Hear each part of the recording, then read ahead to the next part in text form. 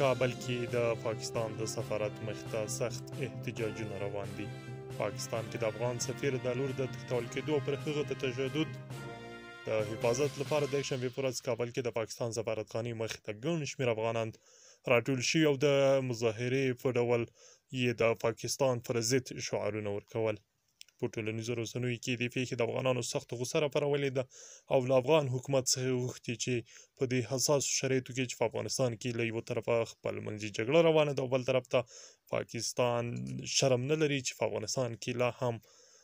جګړه ته یې دوام ورکړی ده. اوس داسې یو عمل کوي باید ژر تر ژره د پاکستان سفارت وتړل شي او سفیر دې له کابل څخه وویستل شي. د یکشنبې په سهار په کابل کې د پاکستان د سفارتخانې مخې ته په داسې حال کې په سلګونه مظاهرچیان ورټول شوي وو چې د افغانستان بیرغونه یې په لاس کې نیولي او پاکستان پر ضد یې شعارونه ورکول.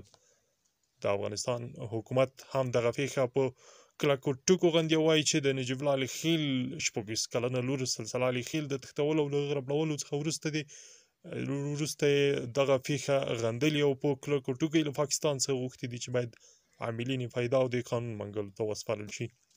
په ټولنیزو رسنیو د دې پېښې مخته راتلو سره سم د افغانستان او پاکستان ګڼ شمېر سیاسي مشران او د ټولنیزو فعالانو د دې پېښې غندنې کړې او پاکستان لپاره